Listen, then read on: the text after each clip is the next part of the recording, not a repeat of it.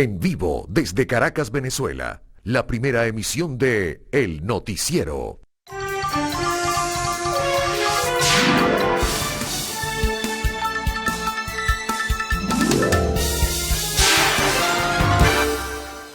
Buenos días. Comenzaremos a recorrer pues el espacio informativo sobre una agenda que ya está en desarrollo, ¿no? La del día viernes 18 de marzo. ¿Cómo están, amigos televidentes que nos sintonizan a diario en esta primera emisión del Noticiero de Televen? Muchísimas gracias por acompañarnos a diario a través de esta emisión cuando hacemos nuestro recorrido y un balance de las notas que tienen pues antecedentes de horas anteriores y las que están en desarrollo, por supuesto que sí. Bueno, hay notas nacionales que destacan, notas internacionales, notas también en el panorama deportivo que reflejaremos para todos ustedes. Así que vamos a comenzar a precisar las cosas, ¿no? Y comenzar con nuestra jerarquización en esta primera emisión del Noticiero de Televen. Vamos a comenzar con un tema nacional. Bueno, un tema nacional digo, pero que tiene origen en lo externo. Se trata de una nueva presentación, actualización oral, presentado ayer este detalle o esta actualización en el Consejo de los Derechos Humanos de Naciones Unidas, en Ginebra. Esta actualización oral lo hace la alta comisionada de los Derechos Humanos de Naciones Unidas, la señora Michelle Bachelet. Bueno, allí se dividen las opiniones, ¿no? Desde ayer, en horas del mediodía, cuando comenzaron con la diferencia de horarios a conocerse los detalles de lo que ella exponía, comenzaron a su vez las redes sociales a reflejar diversas opiniones a favor y en contra sobre el informe. Ella recapitula sobre una serie de hechos irregulares que tienen que ver con los derechos humanos en el país. El tema policial lo aborda, el tema judicial también. Sin embargo, destaca y pondera que se están dando algunos pasos y que incluso algunas instituciones como la Fiscalía comienzan a ofrecer información, no toda la solicitada por pues, la Oficina de los Derechos Humanos de Naciones Unidas. Pero de alguna forma lo jerarquiza, si se quiere, como un hecho importante en ese sentido.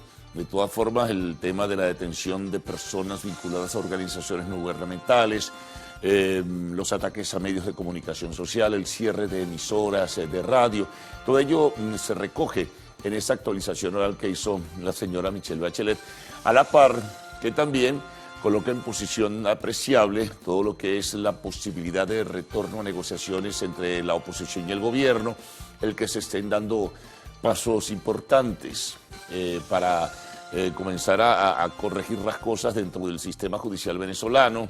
Critica, eso sí, el nombramiento todavía de jueces a dedo, pero de alguna forma también se refiere a las iniciativas para remozar, ¿verdad? O por lo menos hacer modificaciones dentro de la estructura del Tribunal Supremo de Justicia. Hay muchos detalles, ¿no? En el recorrido de esta primera emisión, pues por supuesto que vamos a presentar en el segmento respectivo las precisiones del caso, pero es mucho más que el resumen que podamos ofrecerles nosotros en el día de hoy. Sin duda alguna, hay una página a la que pueden tener acceso donde se ofrecen todos los detalles. Decía que esto ha tenido repercusión a lo interno, ¿no? En este caso, defensores de derechos humanos se muestran insatisfechos, que es limitado. Algunos hacen la observación que la alta comisionada no tenía por qué jerarquizar ni ponderar las iniciativas que se toman de parte del gobierno, en este caso, o de algunas instituciones, sino que tiene que estar ojo avisor de cómo se va realizando ese proceso.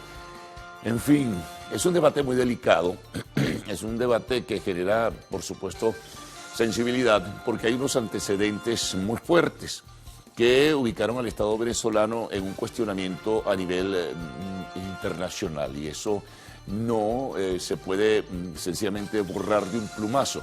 Es un poco la posición que tienen algunas organizaciones no gubernamentales en ese sentido.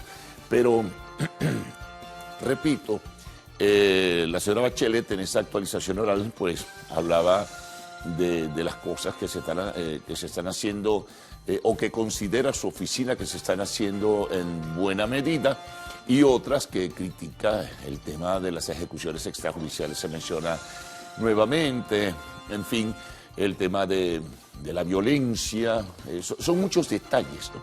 En ese caso que vale la pena con calma y con paciencia comenzar a revisarlos.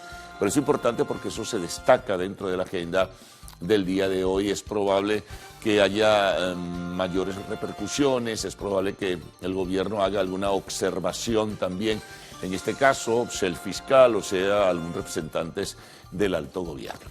Eso lo destacamos. Vamos con otro tema nacional entremezclado con lo internacional, por ejemplo, el tema del COVID. Hay una noticia importante que destacar.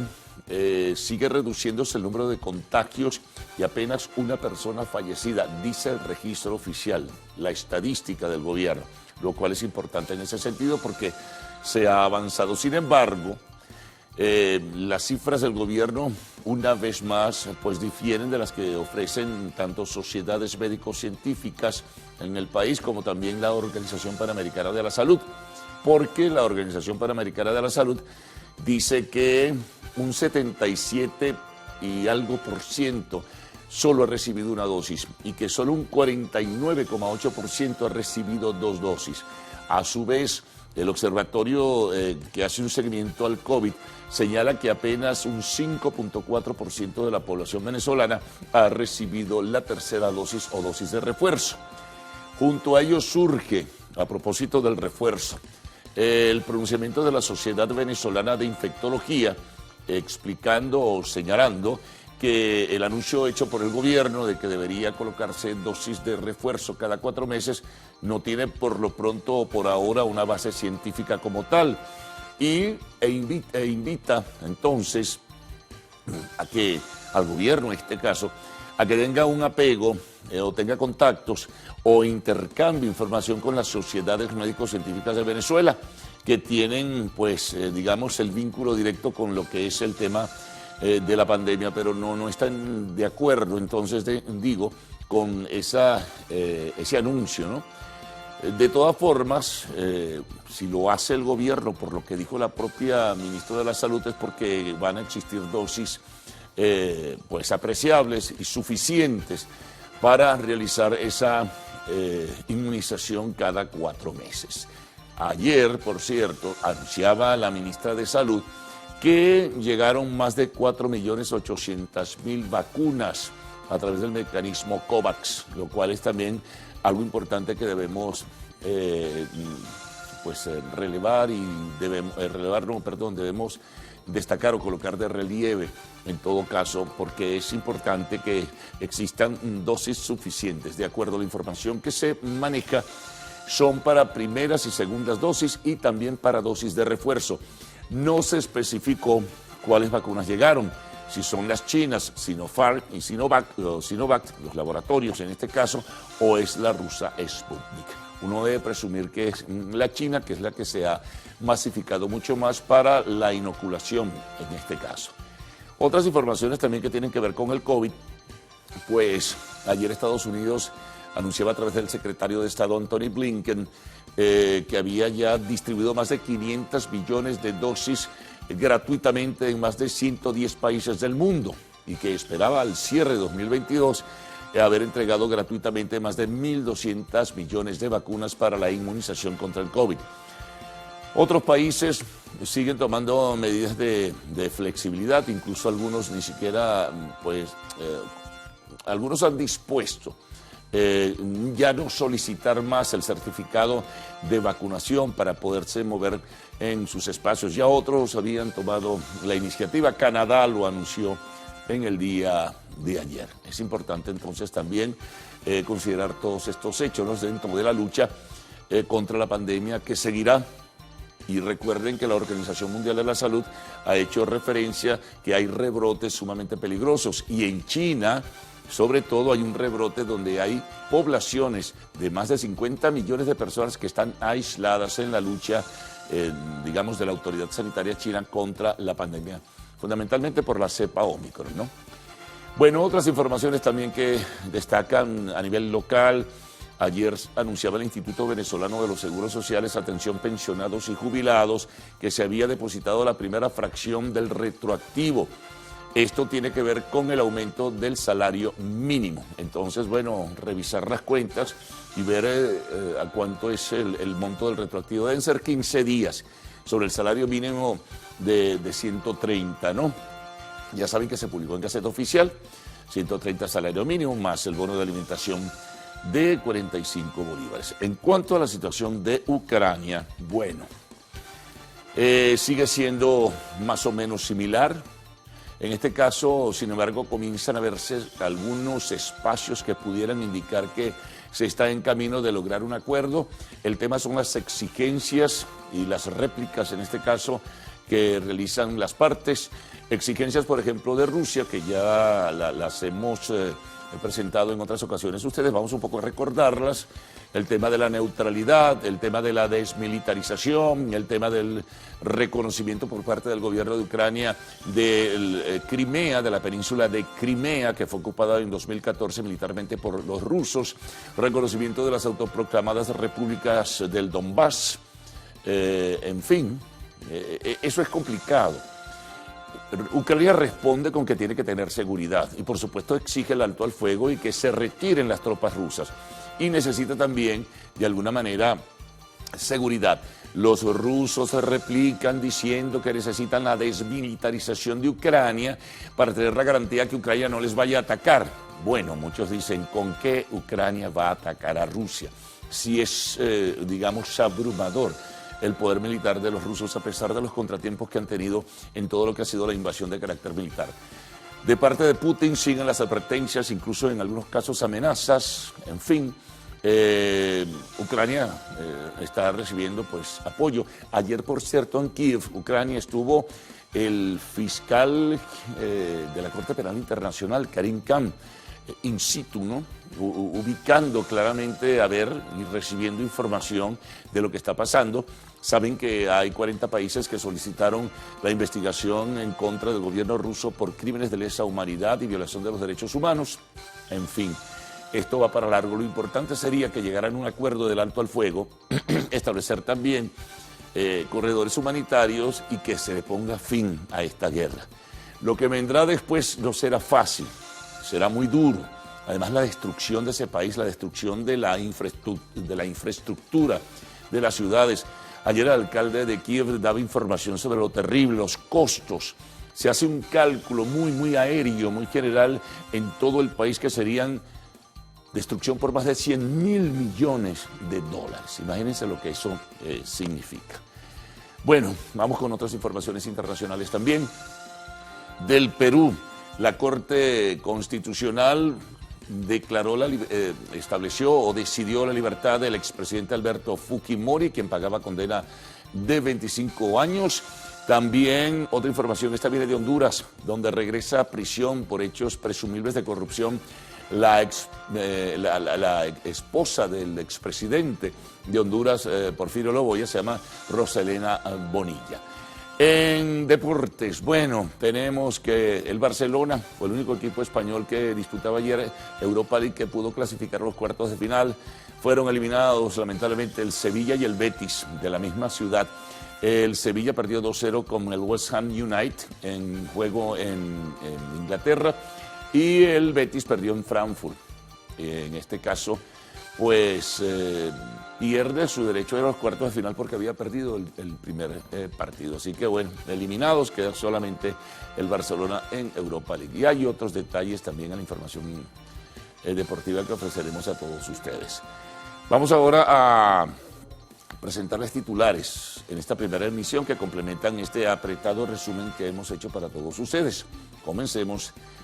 Luego de la publicación, es un tema nacional, del nuevo salario mínimo en Gaceta Oficial, algunos venezolanos consideran que aún sigue siendo insuficiente. Al menos 44 bolívares en pasaje semanal necesita una persona para trasladarse desde las ciudades satélites, desde Guarenas Guatire, desde Los Teques, desde La Guaira, desde Charallave. Bueno, más de 10 años lleva el río San Pedro convertido en un vertedero de basura, según varios habitantes de las adjuntas parroquia Macarao del municipio Libertador de Caracas. Es una vergüenza lo del río San Pedro. Internacionales, Congreso de Chile extendió por más de 15 días la presencia de militares en el norte del país debido a la entrada irregular de migrantes por la frontera, primordialmente migrantes venezolanos. En el tema de la entrevista, hoy estaremos conversando sobre la situación de las universidades autónomas y en particular de la UCB con el secretario de la Universidad Central, Amalio Belmonte. Y en arte y espectáculos, siempre cerramos con ello, pues las iniciativas a favor de Ucrania se multiplican. Y es que Madonna, Sting, The Cure se suman a la lista de famosos que condenan la guerra. Informaciones que tendrán desarrollo en muy pocos momentos. Recuerden que a partir de ahora mismo pueden enviar sus mensajes a través del Twitter usando la etiqueta numeral Primera Emisión. Presentemos los titulares de la prensa nacional, prensa regional, el informe de los corresponsales, la prensa internacional también, lo que se suba a nuestra mesa de trabajo, la información del tiempo y lo que ustedes mandan siempre por redes sociales, lo cual agradecemos. Así que Gaudí y Ricardo con ustedes. Buenos días. Buen día, caballeros. Buen día, Venezuela. Gracias por despertar e informarse con nosotros en este viernes 18 de marzo de 2022. Estamos completamente en vivo y directo en el noticiero Primera Emisión. Como siempre, es un gusto informarles. Salmerón, ¿cómo amanece usted? Hola, Gaudí. Saludos a nuestros amigos televidentes. Bueno, sí, en efecto, estamos ya preparados para comenzar a hacer revisión de otras informaciones y ampliar algunas más de esas que están contenidas en diarios de circulación nacional. Comenzamos. Así, comencemos de inmediato.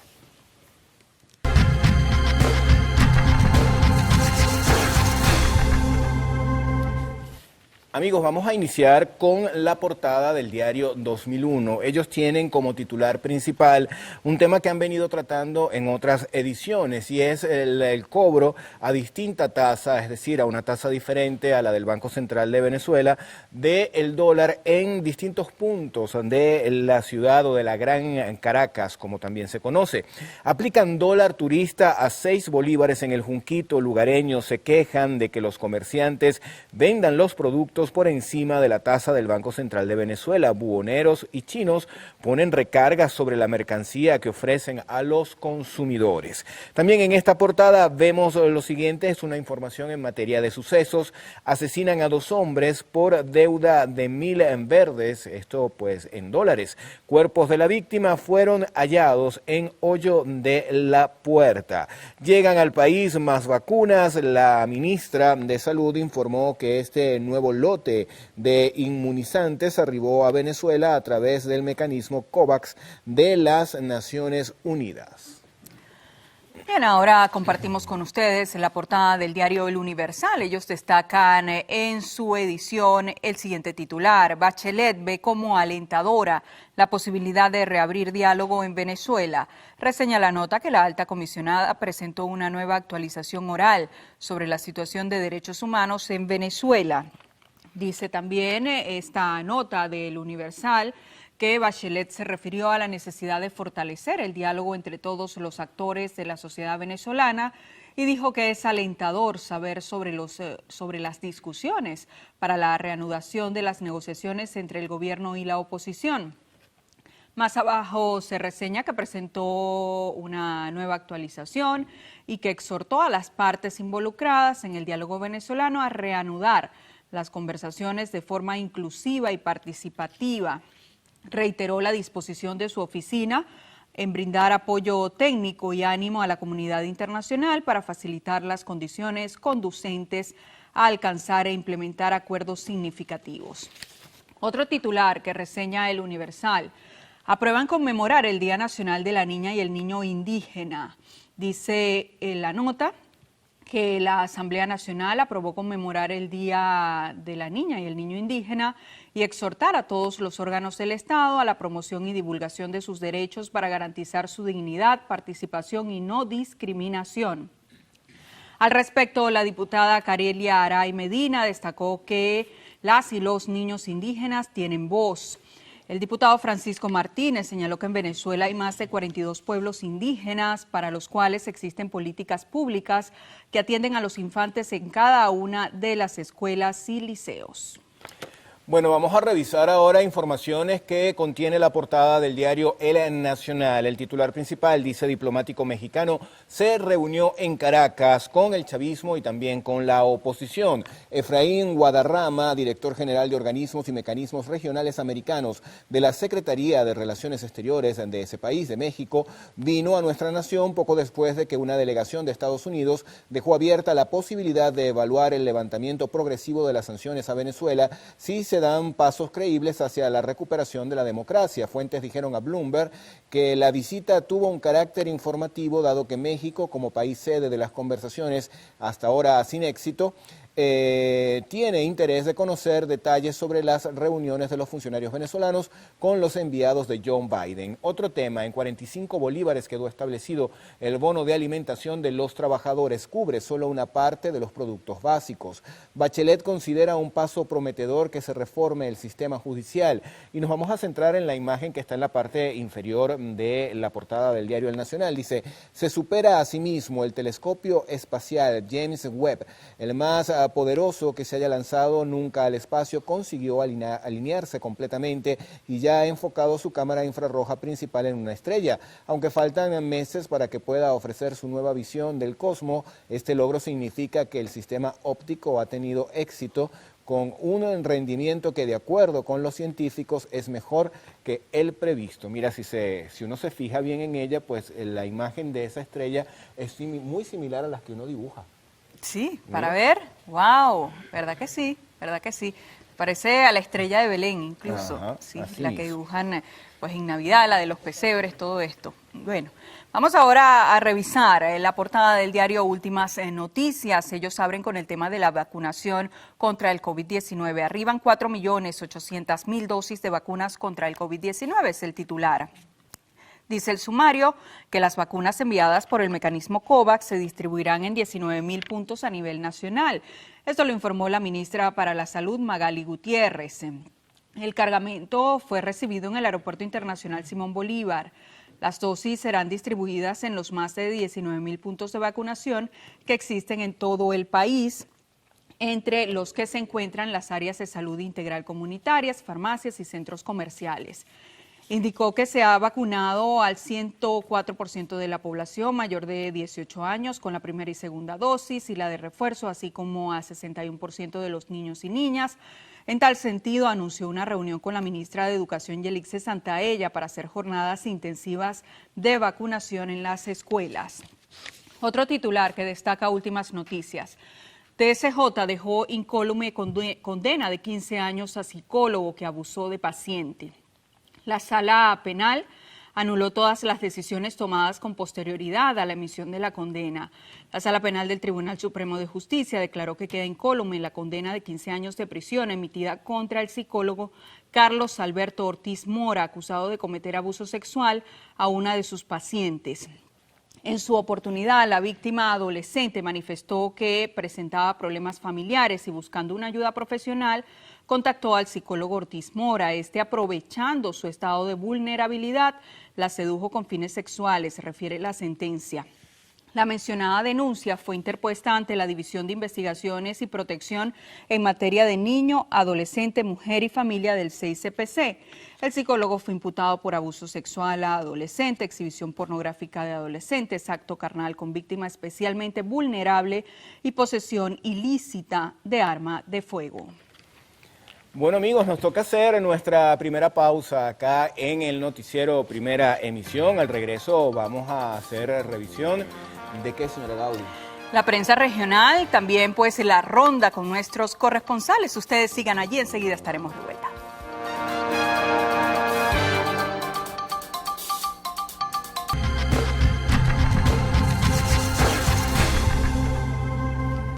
Revisión de la prensa regional. Iniciamos este recorrido en el estado Aragua con la portada de El Periodiquito. Ellos se reseñan la siguiente información. Bachelet aboga por reactivar el diálogo.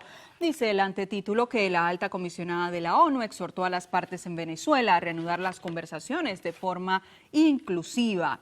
También reseña el periodiquito en su portada, todo listo para honrar a San José en Maracay. Tienen allí la fotografía, esto a propósito de que mañana, 19 de marzo, será el día de San José.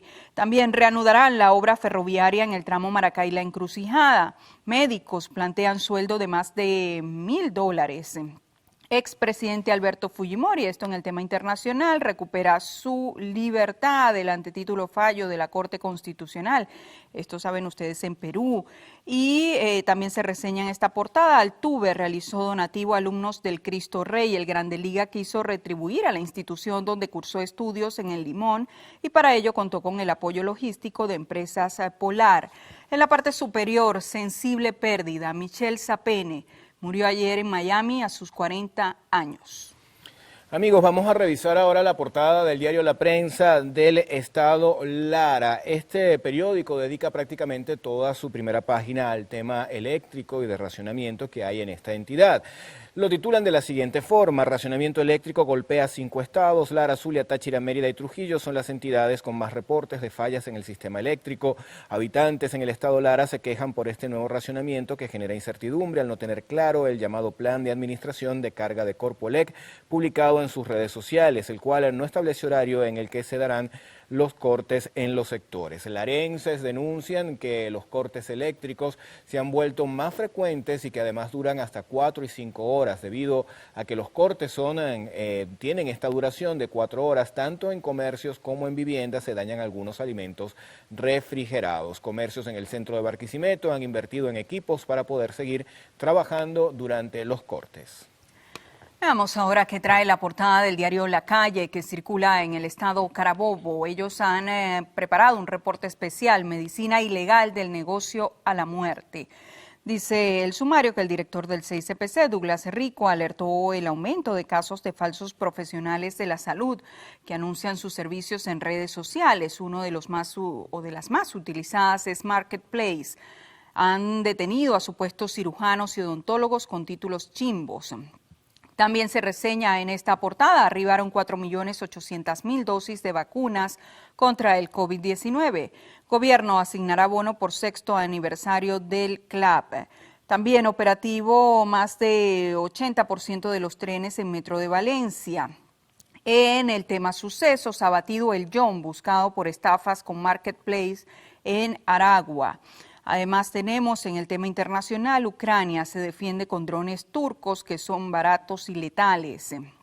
Otros titulares que se destacan en esta portada tienen que ver con deportes. Arrancaron juegos de exhibición en Grandes Ligas y también se reseña esta lamentable información. Murió la exanimadora de Ají Picante, Michelle Sapene.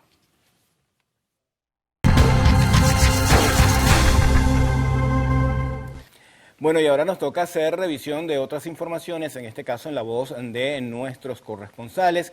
Vamos a hacer un contacto en directo con las regiones. Buen día a nuestros corresponsales.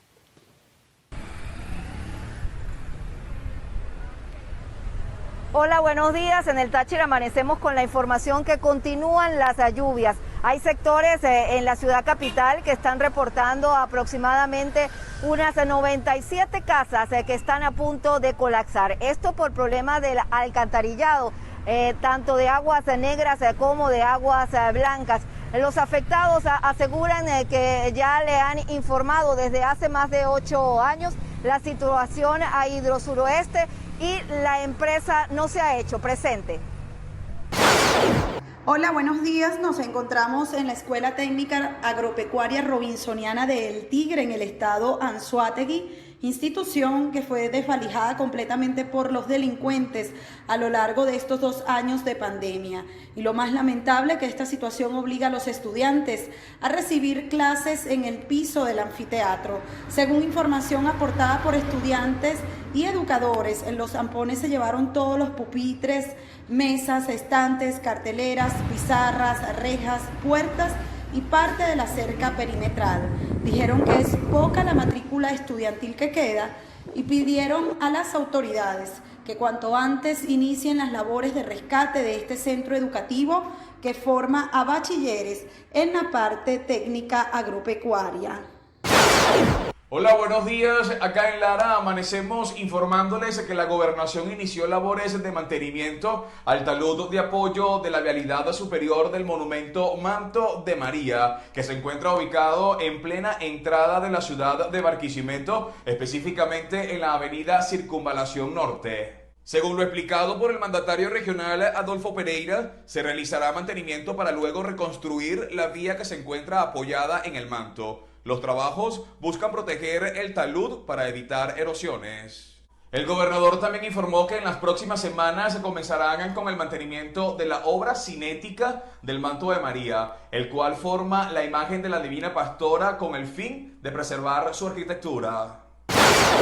Sí, muy buenos días. Amanecemos informándoles que 15 adolescentes privados de libertad del Centro de Internamiento de Menores de Los Cocos en la ciudad de Porlamar del estado Nueva Esparta recibieron atención médica, odontológica, así como medicina interna, y también fueron vacunados contra el COVID-19 como parte de la jornada de salud que realizó la Gobernación del estado Nueva Esparta junto a la Corporación de Salud. Esto como parte de la garantía de la salud de los privados de libertad. Bueno, y con este recorrido de nuestros corresponsales hacemos una nueva pausa acá en el noticiero Primera Emisión. ¿Me comparte la hora? Cómo no, son las 6:37 minutos de la mañana, próxima parte, prensa internacional, reporte del tiempo y también mensajes que llegan a nuestra cuenta en Twitter, @el_noticiero. Ya venimos.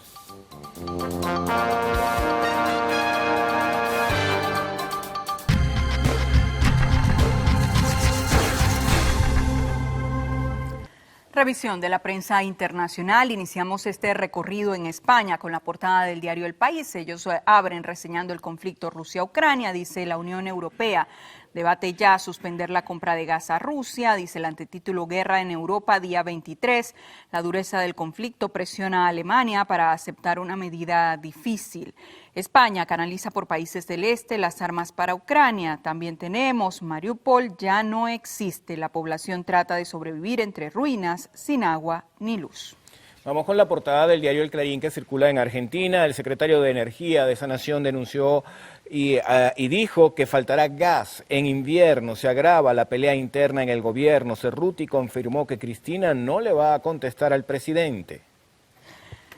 El Comercio de Perú reseña Tribunal Constitucional libera a Fujimori. Dice el antetítulo, ha cumplido 14 de 25 años por homicidio, lesiones graves y secuestro. Vamos a revisar la portada de Diario Libre, circula en República Dominicana. Ellos tienen como titular principal un tema de corrupción en esa nación. Dice, delincuentes del fraude en Supérate preferían horas de la madrugada. Se supone que hicieran pagos entre las 10 de la noche y las 7 de la mañana. El Ministerio Público tomó conocimiento y va a investigar.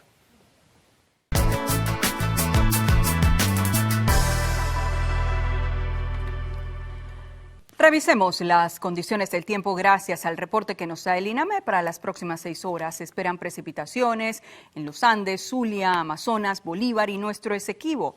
Caracas estará parcialmente nublada con precipitaciones, temperatura mínima 18 grados centígrados y máxima 30.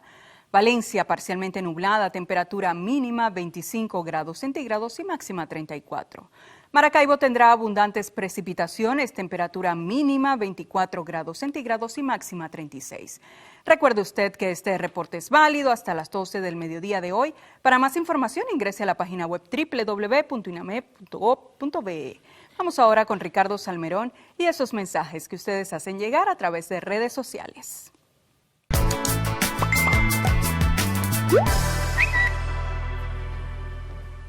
El tiempo apremia, señores, así que comenzamos rapiditos haciendo esta denuncia. En los Nuevos Teques, Ruta 2, tienen más de 90 días sin agua, hacen llamado a las autoridades. En el sector Rómulo Gallegos, en Barcelona, detrás del cementerio, más de 12 años sin servicio de CanTV y de Internet. Por acá también vienen otros mensajes positivos que nos envían nuestros seguidores, les los agradecemos a todos y vamos a finalizar con una imagen de la ciudad de Caracas. Dice feliz viernes y feliz fin de semana a todos. Está allí arribita y la tienen. Hermosa esa imagen de nuestra ciudad capital. Bueno, Carlos Fernández nos va a ofrecer un adelanto de lo que tendremos en la próxima parte. Así es. Bueno, vamos a presentar un resumen de titulares. Vamos a destacar lo que fue la presentación del informe, en este caso actualización oral de la responsable del área de derechos humanos de Naciones Unidas, la alta comisionada Michelle Bachelet, en el caso de Venezuela. Allí, como decíamos en la apertura, se dividen las opiniones, quienes están de acuerdo, quienes jerarquizan lo importante que ella señala sobre violación de derechos humanos, casos judiciales pendientes, detención de personas de organizaciones no gubernamentales, pero también destaca el esfuerzo que se está realizando, de acuerdo a su criterio, para la renovación del sistema judicial venezolano. En este caso también ella destaca el hecho de que pueden reanudarse las conversaciones o negociaciones entre el gobierno y la oposición, y hace una serie de observaciones también sobre otras iniciativas como las que ha tomado el Ministerio Público. Los críticos señalan que es muy poco, que debió haber sido mucho más recia su crítica, porque están los antecedentes, ¿no?, que acusan al Estado venezolano sobre violación de derechos humanos e incluso de elementos de lesa humanidad. En fin, pero eso está allí como una noticia importante que destacaremos. También el tema del COVID, llegan más de 4.800.000 dosis. En este caso, para cubrir primeras y segundas y también terceras, es decir, el refuerzo. Pero además de todo esto, pues la Sociedad Venezolana de Infectología levanta voz crítica y señala que no está de acuerdo con el señalamiento que hizo el gobierno, en este caso Nicolás Maduro, de que habrá que reforzarse cada 4 meses. Debe tenerse una base científica para que ello se tome como decisión final y definitiva. El gobierno, al parecer, en todo caso, cuenta hasta ahora, por lo menos es la proyección, con el número de dosis suficientes para realizarlo. También algunas otras informaciones sobre la estadística, también temas internacionales vinculados a la pandemia. Otra información importante para pensionados y jubilados, revisen las cuentas. Ayer se supone que se hizo el depósito de la primera fracción del retroactivo a propósito, en este caso, del aumento del salario mínimo de 130 bolívares por mes. En este caso, pues la mitad es la primera fracción al parecer. Temas internacionales, bueno, Ucrania, por supuesto, que es lo que tenemos que destacar. Ya hemos hecho un compendio de algunas notas importantes. La guerra continúa, sin embargo, se abren algunas posibilidades de lograr un acuerdo, pero hay una serie de condiciones que está colocando Rusia, en este caso, para el alto al fuego y para el retiro de sus tropas. En fin, es un tema bastante álgido, es un tema muy escabroso y no es fácil llegar a algunos acuerdos con tanta prontitud, pero bueno, hay la esperanza, por lo menos en ese sentido. También se conoce desde Perú, en tema internacional, que será liberado el expresidente Alberto Fujimori, quien cumplía pena de 25 años de prisión. En deportes, bueno, destacaremos informaciones que tienen que ver con el fútbol internacional. Un equipo español clasifica a los cuartos de final de la UEFA Europa League, el Barcelona. Los otros dos fueron eliminados, el Betis y el Sevilla.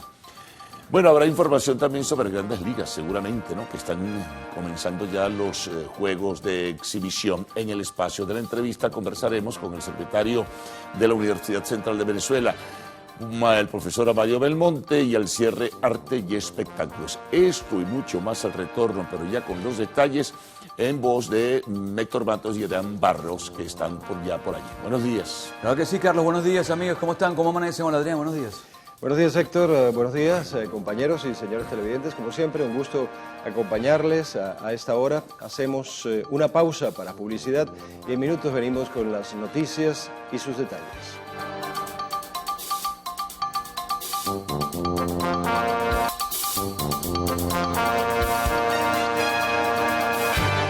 Luego de la publicación del nuevo salario mínimo en Gaceta Oficial, algunos venezolanos consideran que aún sigue siendo insuficiente. Menos mal que tengo un hijo en Portugal y él me manda dinero y yo, como si no, me fuera muerto ya de hambre. Otros ven el incremento con bastante optimismo, aunque este no cubra sus necesidades primarias.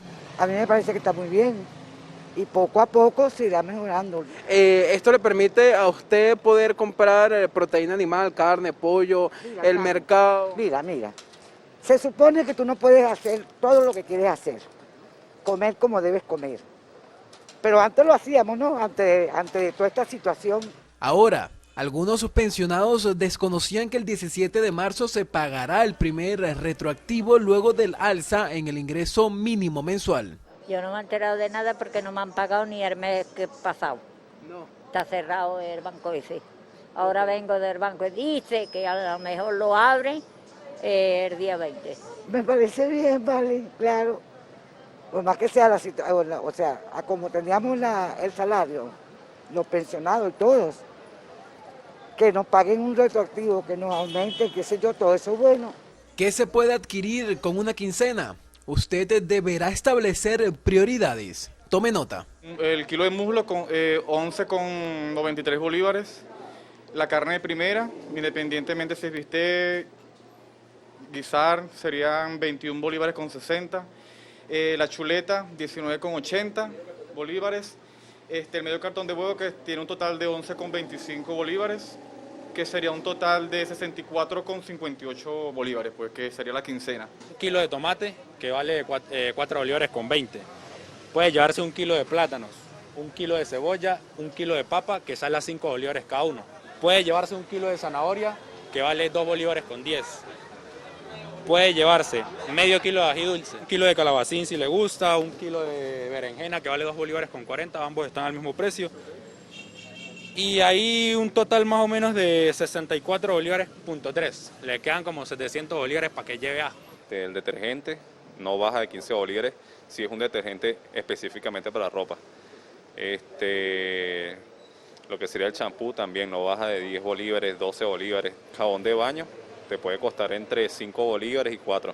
El economista Daniel Lahoud señala que la planificación de la inversión del salario mínimo continúa siendo un reto. Los 130 bolívares mensuales no alcanzan para que este señor almuerce, por ejemplo, o desayune en el sitio de trabajo, o para que él se mueva de su casa al trabajo y del trabajo a la casa. Entonces es muy difícil administrarse con ese salario mínimo, ¿no?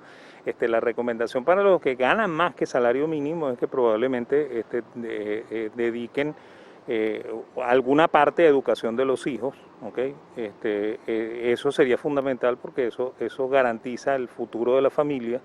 Otro de los aspectos que continuarán sacrificando algunos venezolanos es la recreación en términos de vacaciones o turismo, pues solo un full day, dependiendo del destino, puede costar hasta $40. Daniel Álvarez Rojas, Televen. El presidente de la Asamblea Nacional, Jorge Rodríguez, señaló que para retomar el proceso de negociación con la oposición, el Ejecutivo Nacional exige que no haya injerencia o tutelaje internacional y que participen de manera activa todos los sectores sociales, económicos, políticos que hacen vida en nuestro país. El tercer elemento es que nosotros nos negamos a cualquier forma de tutelaje de ese diálogo. Ningún país del mundo, ningún gobierno del mundo, ninguna instancia del mundo tiene derecho a inmiscuirse en los asuntos que solo le competen a las venezolanas y a los venezolanos. ¿A qué se refiere el presidente con el planteamiento del reformateo? El planteamiento del reformateo se basa, uno, en que todo diálogo político debe ser inclusivo. Debemos estar todas y todos allí. No puede haber ningún ente social, político, económico, nacional o extranjero que defina quién conforma la fuerza de la Revolución Bolivariana. Nosotros sabemos muy bien quiénes somos y quién conforma la fuerza de la oposición venezolana. Rodríguez reitera que el empresario colombiano Alex Saab forma parte de la delegación del gobierno y que debería estar presente en una nueva ronda de negociaciones. El alto oficial de la Secretaría de Relaciones Exteriores de México, Efraín Guadarrama, se reunió con el presidente de la Asamblea Nacional y con miembros de la oposición venezolana en la ciudad de Caracas. El encuentro ocurrió poco después de que una delegación de Estados Unidos ratificara, luego de su visita al país, la disposición de evaluar el levantamiento progresivo de las sanciones a Venezuela si se dan pasos creíbles hacia el fortalecimiento del sistema democrático. Más de 90 incidentes contra derechos democráticos y civiles registró en Venezuela la oficina de la alta comisionada de Derechos Humanos Michelle Bachelet en los últimos 6 meses. Durante la actualización del informe ante el Consejo de Derechos Humanos, Bachelet manifestó que considera positivo el inicio de la reforma judicial. La actualización se dio en la 33ª reunión del 49º período de sesiones del Consejo de Derechos Humanos de la ONU. Allí la alta comisionada informó que desde septiembre se han documentado en el país 93 incidentes que atentan contra el espacio cívico y democrático. Incluida la criminalización, las amenazas y la estigmatización de activistas de la sociedad civil, medios de comunicación independientes y sindicalistas. Sigo preocupada por los enjuiciamientos de miembros de la ONG de Derechos Humanos Fundaredes. Hemos documentado 24 casos de estigmatización de personas de derechos humanos, defensoras de derechos humanos, periodistas y otros miembros de la sociedad civil por parte de agentes del Estado en redes sociales o discursos públicos desde septiembre del 2021. Asimismo, Bachelet llamó la atención sobre la violencia en la frontera y la presencia de grupos armados, sobre todo en los estados Bolívar y Apure. Estos últimos han generado desplazamiento forzado de la población. Por ello, se instó a las autoridades a investigar posibles violaciones de derechos humanos en la zona, prestando especial atención a las comunidades indígenas. Por otra parte, la alta comisionada reiteró su solicitud a la comunidad internacional de levantar las sanciones contra Venezuela, al tiempo que vio con buenos ojos la reforma del sistema judicial y la Policía Nacional. Son pasos prometedores, en particular la prohibición del enjuiciamiento de civiles por tribunales militares, así como las medidas para hacer frente al hacinamiento en los centros de detención preventiva y disolver la Fuerza de Acción Especial. Por su parte, la representación diplomática de Venezuela aplaudió el rechazo de las sanciones, pero criticó los señalamientos en contra del Estado venezolano. Sin embargo, llamamos la atención sobre el hecho de que señalamientos negativos no tomaron en consideración la información compartida por el Estado. Todavía vemos con preocupación la reminiscencia de elementos que instrumentalizan los derechos humanos con fines políticos, lo cual se aleja del sacro objetivo de la promoción de los derechos humanos. Durante la jornada, la alta comisionada de Derechos Humanos de la ONU, Michelle Bachelet, calificó como alentadoras las discusiones para la reanudación de la mesa de diálogo e instó a las partes a una negociación significativa con respeto al Estado de Derecho. Mardoley Prin, Televen. Bien amigos, es momento de hacer una nueva pausa acá en el noticiero Primera Emisión. En minutos más información. Ya venimos.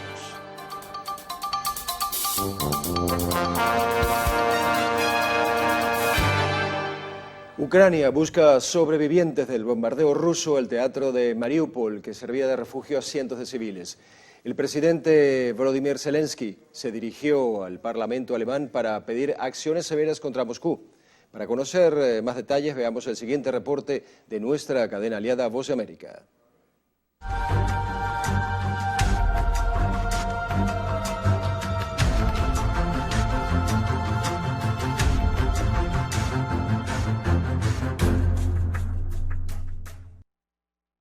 El teatro de 3 plantas, que servía como refugio para la población asediada en Mariupol, resultó impactado tras los bombardeos rusos. Reportes de autoridades locales en esa ciudad de Ucrania indicaron que cerca de 1.000 personas estaban bajo la estructura, mientras los habitantes que han podido escapar del lugar relatan la pesadilla que han atravesado. Nuestro piso se fue inmediatamente, nuestro coche, nuestro apartamento, nuestro garaje. Esto es todo lo que logramos agarrar, la manta, que salió volando por las ventanas de allí. Era imposible incluso salir del sótano. La casa comenzó a romperse abajo. Todavía tenemos cadáveres allí. Este jueves, el presidente de Ucrania, Volodymyr Zelensky, ofreció un discurso ante el Parlamento de Alemania y sus palabras fueron ovacionadas por los diputados miembros. El mandatario instó a acciones más severas contra Rusia, más allá de las sanciones. Y la respuesta que obtuvimos fue puramente económica. Es economía, economía, economía, pero esa fue la mezcla para el nuevo muro. Desde Estados Unidos, el señalamiento del presidente Joe Biden contra Vladimir Putin ha producido reacciones. Yo creo que es un criminal de guerra. Esta acusación ha sido rechazada por el Kremlin, que calificó las palabras de Biden como absolutamente inaceptables, impropias e imperdonables. Durante la visita a Eslovaquia, el secretario de Defensa de Estados Unidos, Lloyd Austin, no llegó a mencionar los ataques de Rusia contra civiles como crímenes de guerra y dijo que el asunto está bajo revisión. José Perralete, Voz de América.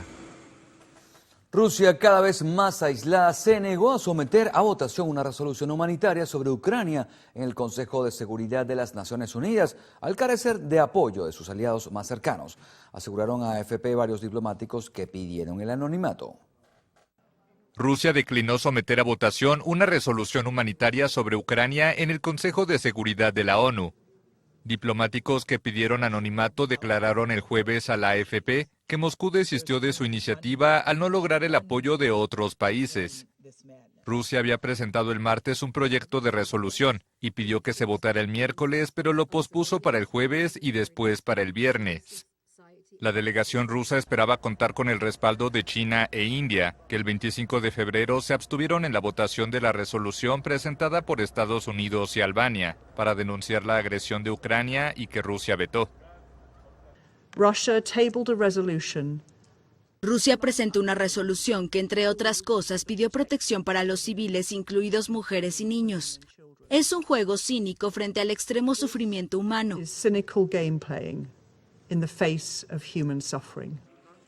La Organización Mundial de la Salud reiteró que los ataques contra la infraestructura médica en Ucrania no tienen precedentes. La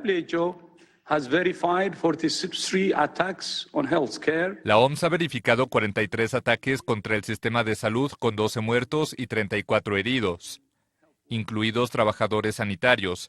En cualquier conflicto, los ataques contra el sistema de salud son una violación del derecho humanitario internacional.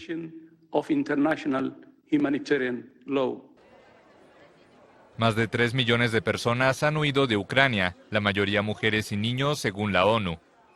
Estados Unidos y sus aliados han impuesto duras sanciones para aislar económica y financieramente a Rusia, aunque el presidente Vladimir Putin sostiene que las medidas han fracasado. Entre tanto, el Consejo Europeo suspendió este jueves todas sus relaciones diplomáticas y comerciales con Bielorrusia por su participación activa en la invasión a Ucrania. El organismo suspende el derecho de Bielorrusia a participar en cualquier reunión y actividad del Consejo de Europa en calidad de observador y se limita a su representación en el grupo de expertos contra la corrupción, aunque se mantiene como Estado parte de los convenios sobre corrupción, pero sin derecho a discusión ni voto. Por su parte, el Comité de Ministros instó a la Secretaría General del Consejo de Europa a retirar la solicitud de reapertura de la oficina que tenía en Minsk y a cerrar la oficina puesta a disposición del representante de Bielorrusia en su sede de Estrasburgo.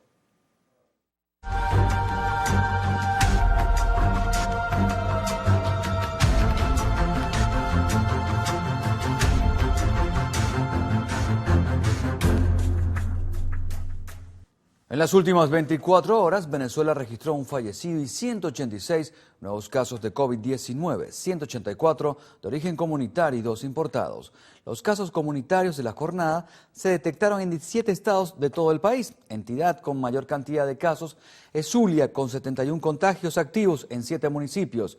Le sigue Portuguesa, con 28, y Caracas, con 17 infectados. Uno de los casos importados es procedente de República Dominicana, el otro de España, ambos con entrada por La Guaira, mientras que el deceso se ubicó en el estado Zulia. Con estas cifras, la cantidad de muertes en el país se eleva a 5.664 y desde el inicio de la pandemia, 519.245 personas han contraído la enfermedad. Así lo anunció la vicepresidenta Delcy Rodríguez a través de Twitter.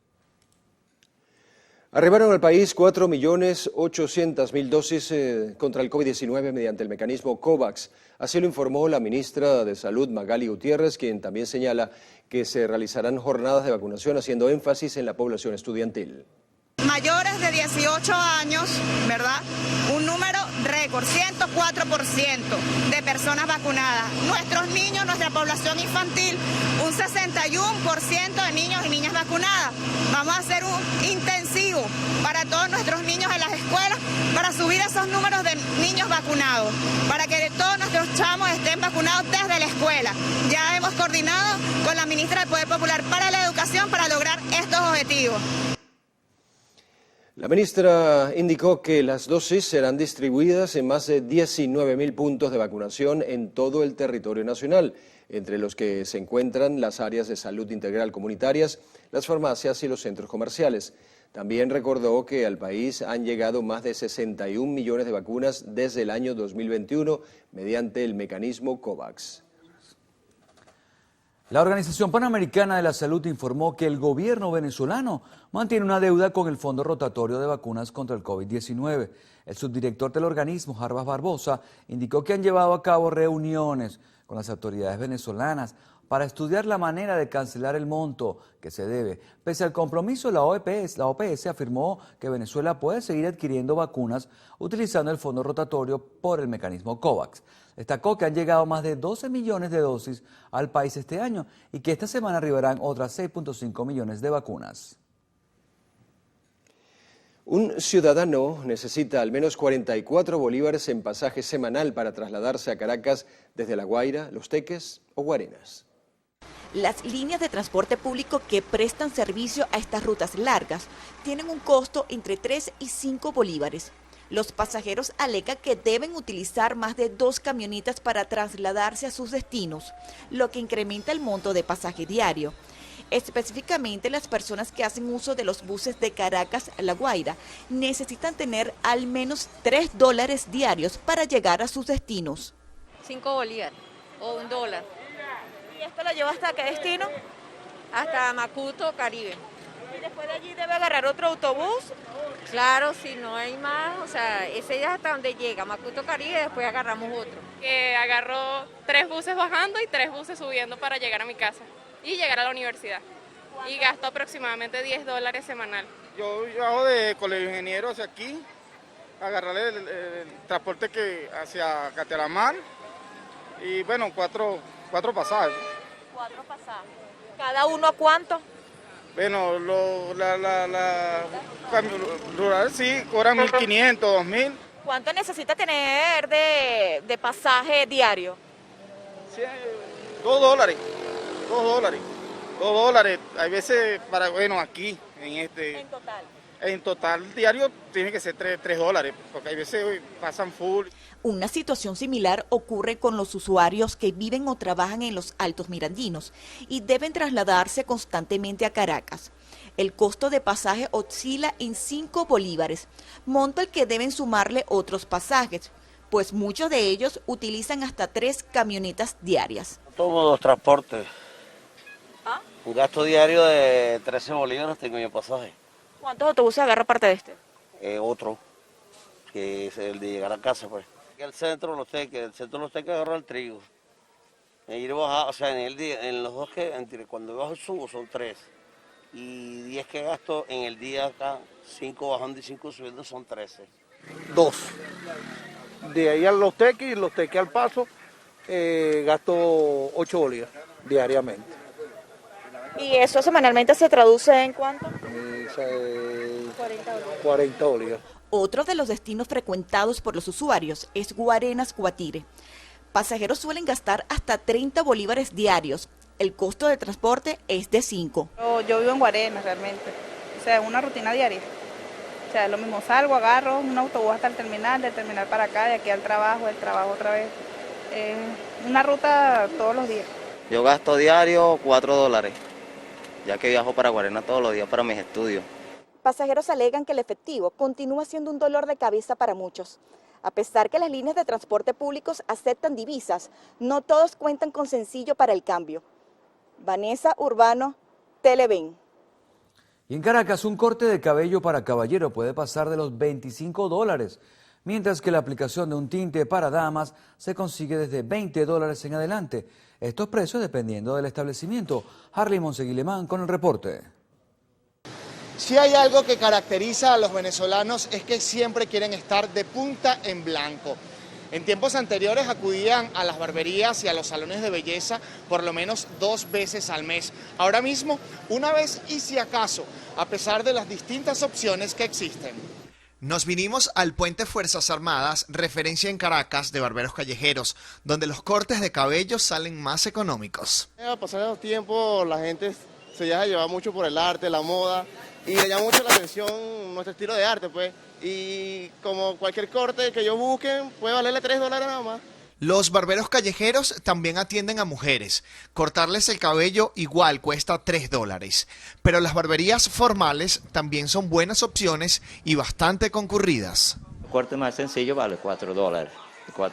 Bueno, en Bolívar estamos cobrando en este momento 20 bolívares.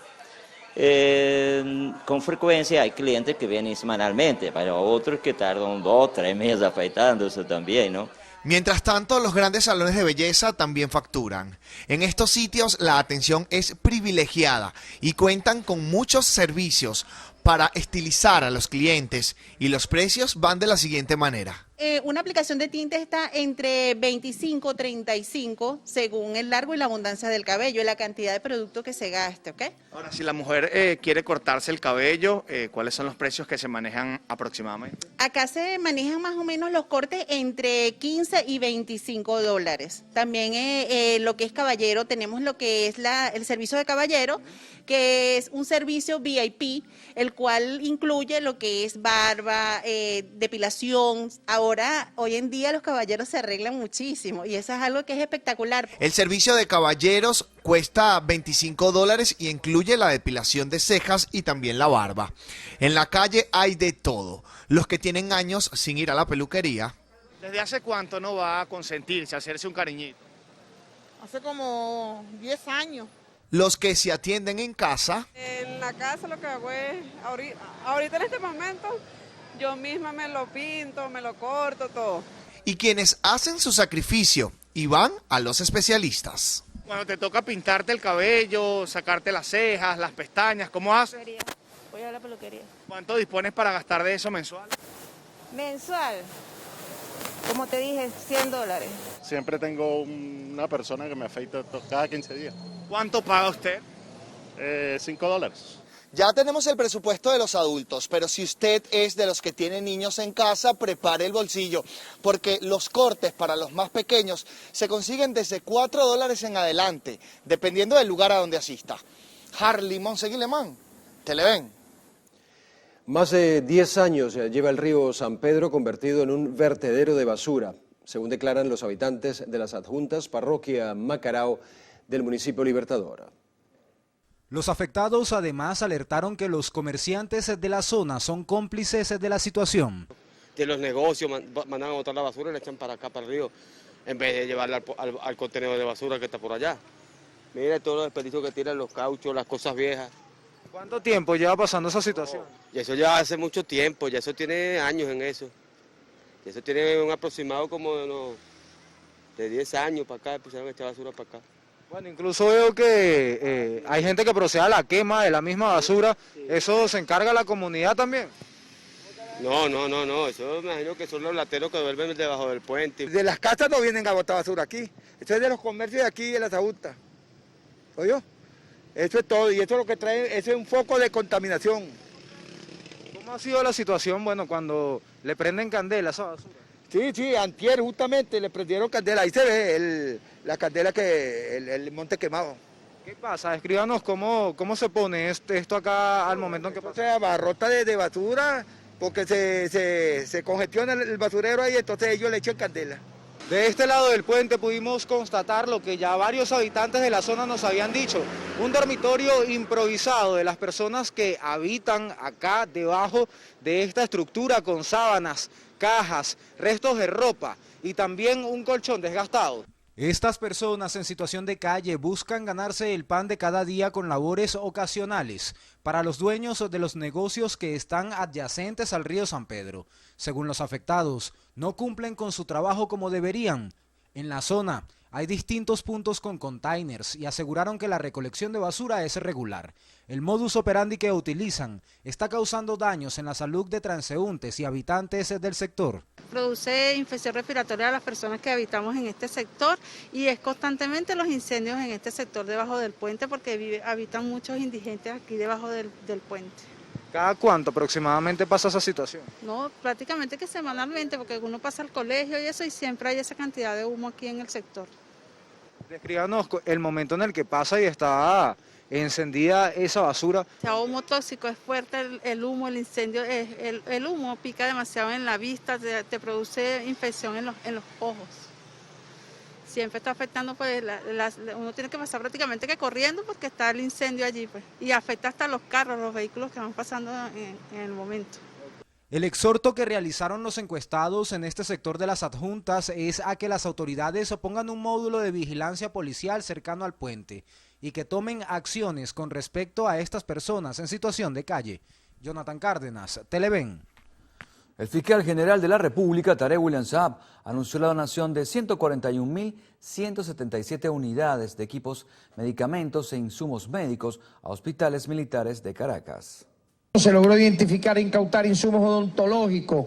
Muy importante esto que estoy acá describiendo porque forma parte tal vez del grueso mayor de las donaciones, tienen que ver con insumos odontológicos valorados en 1.810.804 dólares. Fíjense bien, estamos donando 141.177 unidades de equipos e insumos médicos y medicamentos varios. Saab explicó que la donación forma parte de la incautación a personas y a organizaciones que ingresaban, acaparaban y comercializaban de forma irregular los insumos. La confiscación fue realizada por el trabajo conjunto de los organismos policiales y militares del Estado. Afirmó que las empresas corruptas desvían los insumos o los comercializan en altos precios para venderlos a los venezolanos y detalló que la entrega incluye acetaminofén, monitor de signos vitales, pantallas para unidades odontológicas, resucitadores pediátricos, entre otros. La falta de presupuesto en las universidades públicas del Estado Lara ha llevado a que poco a poco las casas de estudio hayan ido colapsando y a esto se suma el déficit de personal para cubrir el área de seguridad.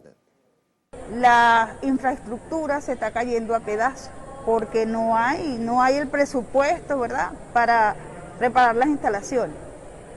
Ese deterioro viene y se destaca es por la ausencia del personal, ya que volvemos a caer en lo mismo, el salario, las reivindicaciones laborales están caídas. El personal que quiera venir a trabajar se le ofrece un sueldo mínimo, que todos sabemos el sueldo mínimo en cuanto está, por eso de ahí viene el deterioro. Por otra parte, los empleados del sector universitario rechazaron el reciente ajuste salarial, puesto que según ellos el gobierno nacional no se ha sincerado con el sueldo que merecen estos trabajadores. Nosotros, como sector universitario, tenemos nuestra propia convención colectiva única, que en su momento unificaron administrativos, profesores y obreros, cosas que lo que hizo fue un arroz con mango, porque no todos tenemos los mismos beneficios, de los cuales nos los han quitado, por supuesto. Estos trabajadores sostuvieron en una asamblea que continuarán ejerciendo acciones de protesta hasta tanto no sean escuchadas sus peticiones, que van desde un mejor presupuesto hasta un salario que cubra sus necesidades básicas. En el estado Lara, Ramón Vélez, Televen. El alcalde de San Cristóbal, Silfredo Zambrano, anunció que no se permitirá que se siga deforestando el Parque Nacional Chorro del Indio, sitio emblemático en el estado Táchira, donde se está recuperando la infraestructura para convertirlo en una de las principales rutas turísticas de la entidad. El Parque Nacional Chorro del Indio está ubicado muy cerca al casco urbano de San Cristóbal. Es el pulmón vegetal de la ciudad capital, por lo que el alcalde Silfredo Zambrano anunció la vigilancia constante de las hectáreas del parque tras denuncias de deforestación. Toda persona que haga una tala de manera indiscriminada será sancionado por lo que establece la ley. Para eso está el Ministerio de Ecosocialismo y está también en Parque y también, por supuesto, la alcaldía del municipio de San Cristóbal. El alcalde también informó los trabajos de recuperación de la vía y entrada al Parque Chorro del Indio, así como la construcción de las caminerías que conforman la ruta turística, que será una de las más importantes de la entidad. Vamos en este momento a colocar 2.500 toneladas de asfalto en todo lo que tiene que ver la ruta, hasta la primera etapa, como les acabo de decir, que llega al Chorro del Indio. Además de eso, vamos a colocar iluminación en algunas áreas. Vamos a colocar módulo policial de parque que va a ser en toda la entrada. Adicionalmente a eso, vamos también a recuperar lo que se llama las fachadas y todo lo que tiene que ver con el entorno, para que de alguna manera las personas vayan comprometiéndose también con su espacio, que es un espacio turístico. Zambrano resaltó que la seguridad para los visitantes y deportistas que utilizan la ruta es una prioridad para que el parque se convierta en referencia del turismo para propios y extraños. Aquí se va a colocar en una de las áreas con el plan de la colocación de cámaras de seguridad, se va a colocar cámaras de seguridad hasta ciertos puntos para que tengamos también una supervisión permanente. Es decir, el Chorro del Indio va a ser un lugar seguro, Dios mediante. En Táchira, Fabiola Niño, Televen. El alcalde del municipio Guanipa del estado de Anzoátegui, Ernesto Rodríguez, informó que transferirá la competencia de la recolección de basura al Poder Popular. El mandatario local indicó que actualmente realizan mesas técnicas con las comunas para definir el plan de trabajo. Indicó que para el mes de abril tienen previsto emitir el decreto con todas las normativas. De verdad no tengo intenciones de entregarle la recolección de los desechos sólidos a una empresa privada que aparte venga a abusar de los habitantes de nuestro municipio. Tampoco vengo a imponer tarifas. Nosotros creemos profundamente que es con el Poder Popular que nosotros vamos a resolver esta temática. Rodríguez destacó que durante los 100 primeros días de su gestión se ha centrado principalmente en la recuperación y embellecimiento de espacios públicos, donde han recolectado más de 154.000 toneladas de escombros, maleza y desechos sólidos. También dijo que han concentrado esfuerzos en la recuperación de los servicios públicos y han realizado importantes cambios en su tren ejecutivo. La exdirectora del Registro Civil, Ana Rosa Sánchez de Martínez, fue removida de su cargo presuntamente por hechos de corrupción. También se registraron cambios en las direcciones de despacho, la Policía Municipal, Relaciones Públicas y Recursos Humanos. Desde la zona sur del estado Anzoátegui, Susana Quijada, Televen. Transportistas del municipio Caroní en el estado Bolívar exigen a las autoridades locales combustible para trabajar. Lo que se les surte de combustible al sector transporte de Ciudad Guayana no les alcanza para cubrir sus rutas. Así lo informó Marco Rivero, presidente de una de las cooperativas de transportistas de la localidad. No es fácil lo que estamos viviendo en Guayana. Se nos surte una unidad de transporte mensual a gasolina. Se nos surten 4 unidades mensual a gasoil. Es imperiosa la necesidad. Otro de sus reclamos es la aparición de nuevas rutas en el municipio que están pasando por encima de su trabajo. Así lo dijo Pablo Monsalve, conductor de una de las unidades que se encuentran activas. Esta problemática que hay con unas rutas nuevas que están prácticamente pasando por encima de nosotros, que llevamos historia, llevamos años haciendo este trabajo acá. Y a la vez hacerles un llamado, que aquí están las bases, esperando por esa reunión que nosotros les solicitamos de manera urgente, que se reúna con todos nosotros para hacer un mejor trabajo acá en la ciudad. De verdad que estamos muy desasistidos. No tenemos la gobernabilidad en la calle. Acá tenemos un municipio sin gobierno. Todo el mundo hace lo que quiere. Hay demasiadas rutas piratas. Aseguran que más del 80% de las unidades están paralizadas y es por eso que esperan una mesa de diálogo con las autoridades de transporte terrestre, ya que de esto depende el sustento de sus familias. Desde el estado Bolívar, Maricelis Zambrano, Televen. En El Sombrero, estado Guárico, se inició la cosecha de más de 1.400 hectáreas de tomate que proyecta la colocación de 60 millones de kilos en el mercado nacional. Hasta la unidad productiva Guayabal en la parroquia Sosa llegó el gobernador de esta entidad para constatar la recolección de este rubro, cultivado en el ciclo norte-verano, en el cual se logró un rendimiento de 40.000 kilos por hectárea. Son más de 1.400 hectáreas de tomates que se están produciendo. Va a permitir entonces llevar este rubro a todo el país, no solo a Guárico, sino a todo el país. Aquí hay más de 546 productores que estimamos nosotros cerca de 60 millones de kilos de tomate para la alimentación del pueblo venezolano. Luego de la inspección en las zonas productivas, las autoridades del Ejecutivo Regional realizaron una asamblea con los trabajadores e inversionistas del campo para escuchar sus problemáticas y posibles soluciones. Vázquez allí destacó que en este ciclo en la entidad más de 55.000 hectáreas se sembraron, sumando las superficies de arroz, frijol, cebolla, caraota, entre otras hortalizas. Desde el estado Guárico, Yanmirko Berardino, Televen. Bien amigos, momento de una pausa, ya venimos. En breve lo actual o la actualidad en el panorama internacional.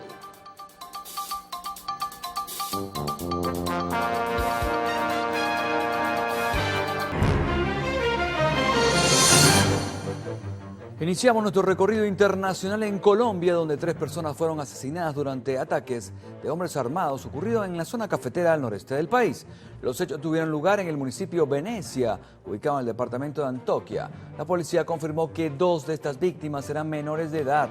Detallaron que iniciaron las investigaciones correspondientes para determinar las circunstancias del triple asesinato y dar con los responsables del crimen. La Comisión Interamericana de Derechos Humanos publicó un informe sobre la situación de la población carcelaria en Ecuador tras la ola de hechos violentos que se han registrado en los centros penitenciarios durante 2021. El documento detalla que un total de 316 privados de libertad perdieron la vida bajo custodia del Estado y cientos resultaron heridos en una serie de motines que tuvieron lugar en diversas cárceles del país. La organización indica que la cifra de decesos aumentó 587% respecto a 2020, donde se registraron 46 muertes violentas. El Congreso de Chile extendió por 15 días más la presencia de militares al norte del país, donde se regula la entrada de migrantes en la frontera con Bolivia. Esto a solicitud del presidente Gabriel Boric. En el operativo desplegaron 672 militares, 100 policías para impedir el ingreso de migrantes que buscan entrar al país de manera ilegal. Esta medida estará vigente hasta el 1 de abril. El Ministerio de Interior informó que esperan no tener que solicitar nuevamente la extensión, pero que todo dependerá de la crisis humanitaria que se ha convertido en un problema nacional.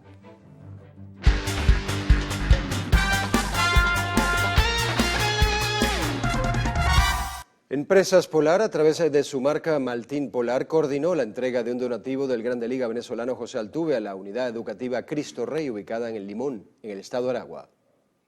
El beneficio otorgado a más de 600 estudiantes de la institución estuvo encabezado por Carlos Altuve, padre de José Altuve, y Carlos Martínez, gerente de mercadeo deportivo de Empresas Polar, quien destacó que la corporación solo sirvió de canal para cumplir el sueño del beisbolista en ayudar a la escuela en la cual se formó.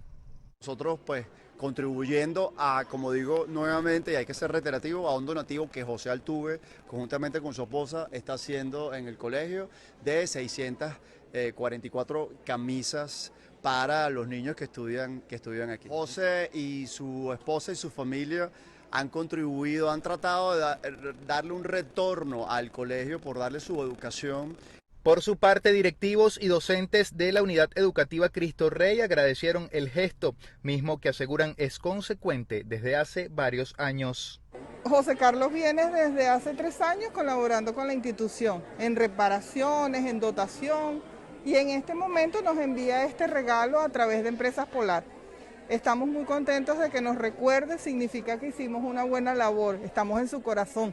¿Y los chicos qué le comentaron por ahí sobre esta actividad? Están contentos, están felices de ser tomados en cuenta. Es un detalle que los nutre. Por último, el gerente de mercadeo deportivo de Polar señaló que 2022 será un año donde la empresa y sus marcas dirán presente en los principales eventos deportivos que inició hace unos días con la inauguración de la Liga Colegial de Venezuela. Sandino Ignacio Yaguare, Televen.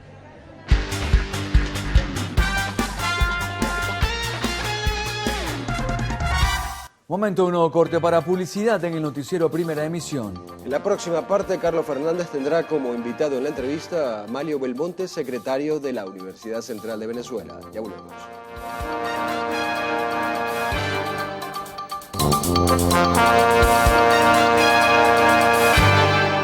Compartimos con el profesor Amalio Belmonte, secretario de la Universidad Central de Venezuela. Como siempre, cuando se trata de conversar con el profesor Amalio Belmonte, hay muchos temas en agenda, profesor, porque hay cosas que son bien importantes. Pero bueno, comencemos con el tema universitario. Se van a retornar o van a retornar las clases semipresenciales. Están otros temas de por medio que ya los hemos tocado en diversas ocasiones, lo que habría que evaluar en este nuevo escenario del año 2022, cómo van las cosas, pero hay esperanza todavía, hay cosas que puede uno todavía rescatar y jerarquizar en medio del drama que viven las universidades. Sí, bueno, buenos días para ti, Carlos, y para toda la audiencia. Sí, sin lugar a duda. Ayer tuvimos un consejo universitario muy promisorio, porque hubo un informe de cada uno de los decanos y en general podemos decir que hemos avanzado muchísimo con la idea de combinar tanto las clases o las actividades online con las actividades presenciales, y en ese sentido los informes de los decanos, incluidos los del campus de Maracay, fueron muy auspiciosos en el sentido de ir poco a poco desarrollando aquellas actividades que son imposibles de desarrollar de forma distinta, con metodologías distintas a la presencialidad. Además, la presencialidad es esencial porque es lo que le da vida a la universidad y a cualquier actividad humana, y en este sentido no escapa de ello la educación superior. Entonces ayer de verdad podemos sentirnos satisfechos que los decanos han hecho un gran esfuerzo, los profesores también con una gran mística de trabajo, con un gran compromiso con la institución. No es generalizado, pero sí es un grupo muy importante, también los empleados y los obreros. Es decir, que tenemos una situación mucho más auspiciosa que hace algunos meses. Hay que decir que nunca hemos dejado de tener actividades, ciertamente el 90% de ellas se habían venido haciendo de forma online, pero ya poco a poco hemos ido recuperando la presencialidad y esto es muy importante. Yo creo que sin ser, diríamos, indiferente a lo que está pasando, sin obviar lo que está pasando, sin tampoco engañar con una situación ficticia, podemos decir que sí, que el compromiso de la institución se ha podido mantener y que se ha ido acrecentando, y sobre todo la posibilidad de que podamos tener actividades con la presencia de los estudiantes y de los profesores y de los empleados obreros es bastante positivo. Ahora, Mario, ¿cómo se organiza ese retorno semipresencial en este caso? ¿Cómo van a organizarse por facultades, por escuelas, en fin? ¿Es todo el mundo de una vez o algunas facultades van a iniciar primero que otras? Sí, bueno, hay facultades que tienen mayores avances, por ejemplo la Facultad de Medicina, por razones obvias, porque ellos conocen de la situación, pues tienen mayor capacidad para tomar las medidas, sobre todo de la bioseguridad. Ellos han hecho bastante avances, también lo ha hecho la Facultad de Arquitectura, ayer nos informaba la Facultad de Veterinaria y Agronomía, también están poco a poco, obviamente, incorporándose. Hay que modificar la presencialidad en cuanto a dividir en grupos más pequeños, en los trabajos de laboratorio y las estaciones experimentales y las salas clínicas, hacerlo, obviamente, tomando mucho más precauciones. Y sin duda no se han incorporado todos los profesores aún, ni todos los empleados, ni todos los obreros, eso es cierto. Hay además que, sin lugar a dudas, tenemos que tomar en cuenta que las condiciones socioeconómicas siguen siendo difíciles para todos los miembros de la comunidad, eso no podemos obviarlo, pero hemos ido tratando de ajustarnos a esa situación, en el sentido, bueno, hacer horarios especiales, entender que no tenemos un servicio de transporte que pueda satisfacer el traslado de los obreros, de los empleados, de los propios profesores, tampoco la universidad y de los estudiantes. Todas esas son limitaciones, pero a pesar de esas limitaciones que son objetivas, que están allí, que no solamente se trata que tengamos la disposición, que la tenemos, sino también, diríamos, ver cómo resolvemos ese otro problema, pero tampoco podemos quedarnos allí solo en el reclamo, en la desesperanza, sino que tenemos que seguir hacia adelante. Ahora, Amalio, el tema de la reparación, reconstrucción de espacios en los CB, que estuvo el gobierno, que generó controversia, que ustedes como Consejo Universitario pues protestaron y cuestionaron la forma como se hacía esto, incluso se habló de invasión de la autonomía universitaria, de toma de los espacios. ¿En qué ha quedado todo ello? Y yo creo que hemos podido resolver un problema que es delicado. Ciertamente ha habido situaciones muy difíciles, pero lo hemos venido resolviendo ¿de qué forma? Tratando de que cada facultad tengo una relación muy estrecha con las personas que están allí trabajando, que están sido siguen trabajando, ¿no? Y ahora van a trabajar en Maracay, en el núcleo de las facultades, en el campus de las facultades de Agronomía Veterinaria, se comenzó esta semana, es decir, ese trabajo... En la Universidad Simón Bolívar nos decía el presidente de la Asociación de Profesores, también creo que van a realizar un trabajo, pero es el mismo esquema, no informan claramente, debidamente, no se conoce cuáles son las empresas, cuánto es el monto del contrato, quién fueron las personas digamos, que recibieron el beneficio de esos contratos. Hay mucha opacidad, es la denuncia que hacía el profesor William Anselmo. Lo que ocurre, Carlos, es que en ese caso, esta es una opinión, vamos a decir, personal. Sí. Es decir, si el gobierno está haciendo unas obras, unos trabajos en la universidad, le corresponde al gobierno supervisar a las empresas que contrató. Es un problema del gobierno, no de nosotros. Nosotros tenemos que velar porque se cumpla de manera coordinada con nuestra gente en cada departamento, en cada facultad. Pero ya el control sobre las empresas que están trabajando en el sentido administrativo, en el sentido de que la eficiencia con la que lo hagan, le corresponde al propio gobierno, quien es que las contrató. Nosotros lo que tenemos es que combinarlo, ponernos de acuerdo con el gobierno para decir, mire, las actividades prioritarias son estas, y eso lo hemos estado haciendo en unas facultades con más fuerza que en otras, con más eficiencia que en otras. ¿Ustedes han mantenido comunicación con el gobierno Sí, en ese sentido? Sí se mantiene comunicación, pues de otra forma no podría seguirse trabajando en la universidad, y eso lo hacen básicamente quien tenga, cada dependencia tiene siempre una persona del propio gobierno que se relaciona con esa persona, con los ingenieros y los arquitectos que esas personas designen. Si es la Facultad de Ingeniería, obviamente el problema es menor porque pueden entenderse perfectamente con la Facultad de Arquitectura. Pero en los casos que no sea así, la facultad le pide ayuda a la Facultad de Ingeniería o de Arquitectura o nombra a su propio ingeniero, su propia persona que supervisen, ayuden a hacer el trabajo. Creo que es lo que tenemos que hacer. Yo creo que esa es una actividad bien importante. Lo que hay que hacer es coordinar los esfuerzos, organizarnos y que no ocurran hechos que pudieran afectar una obra que es bien importante para la universidad y que está siendo hecha. Pues, y ha mejorado notablemente la planta física con estas reparaciones. Sí, yo te podría decir que, por ejemplo, el informe que presenta la Facultad de Ingeniería, la decana María Antonieta Sculpi, es positivo. El que presenta el profesor Emil Duval de la Facultad de Medicina es positivo. El profesor Gustavo Izaguirre de la Facultad de Arquitectura han hecho muchos avances. En otras facultades el avance es mucho menor. Creo que tenemos un problema muy importante en la Facultad de Odontología. Ojalá podamos resolverlo. La Facultad de Odontología no puede funcionar sin las salas clínicas. Claro. Y eso allí nos ha avanzado mucho.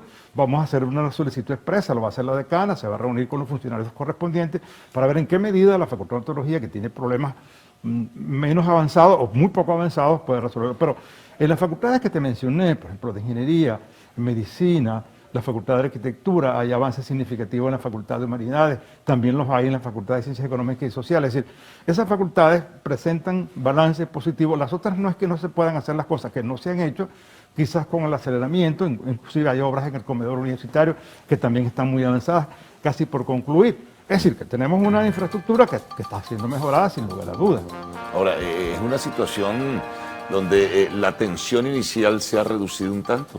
Sí, yo creo que sí, yo creo que podemos seguir trabajando. Pero digo, en beneficio de la universidad. Claro, ¿no? Y además que seguimos teniendo problemas presupuestarios, pero ese es un discurso aparte, es decir, tenemos un presupuesto deficitario. Sí, son dos cosas diferentes. Distintas, entonces vamos a jerarquizar, tratemos esta y con el ministro o la ministra, en este caso Tibisay Lucena, tratemos el otro asunto del presupuesto, de cómo hacer para mantener esas obras, el problema de la seguridad, son otros asuntos, pero en cuanto a la infraestructura, que es lo que tiene que ver con esta gente, hay avances significativos y hay acuerdos que son importantes seguirlos llevando a cabo.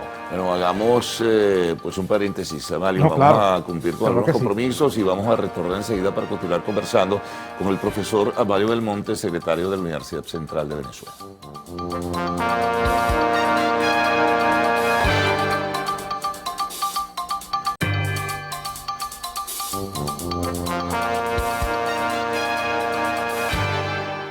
Bueno, continuamos conversando con el profesor Amalio Belmonte. Bueno, ¿cuál es el próximo paso? ¿Qué puede ocurrir? ¿Qué puede pasar de ahora en adelante? Incluso hay algunos que piensan que esto es lo de las reparaciones, la refacción, en fin, el remozamiento es parte de una política que tiene otro propósito y que detrás de todo esto viene ya la toma definitiva de las universidades autónomas. Bueno, yo no soy tan apocalíptico así.